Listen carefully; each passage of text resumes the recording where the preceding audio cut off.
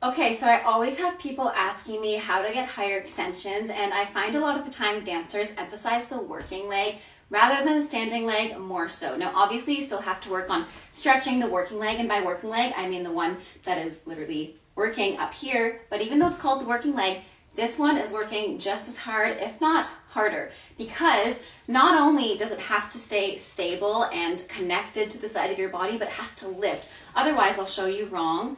This is what I see a lot of dancers doing. They're working so hard on this leg, but if you look from my side, I'm completely sinking into this side. I'm not engaging my core, and I'm actually getting a bit of a cramp there. But like I said, I'm sinking into this side instead of lifting. You want to think of creating as much space between your joints as possible. That includes your vertebrae. It includes inside of your hips, even in your ankle, in your knee, in your neck. Literally everything. Create more space when you dance, especially as women. We're told to take up less space a lot of the time, or we try to take up less space. No, when you dance, try to take up as much space as you possibly can.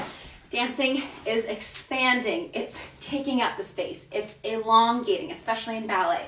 So, like I said, here's the wrong version. I'm sinking, I'm shrinking, and I'm trying to lift the leg, and I'm actually going more towards that leg, which is inadvertently going to make it go lower. Whereas, if I try to take up as much space, I try to lengthen and lift, grow taller, especially on that supporting leg. Look at how much more space this leg has now as I lift up taller.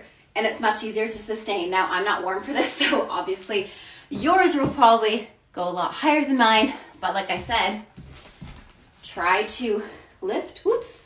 Try to stand balanced too. Try to lift, extend, lifting, lifting, without putting it back. Nice flat back. Now I have a lot of space in my hip flexor, lifting and extending versus sinking in the joints. I hope that helped.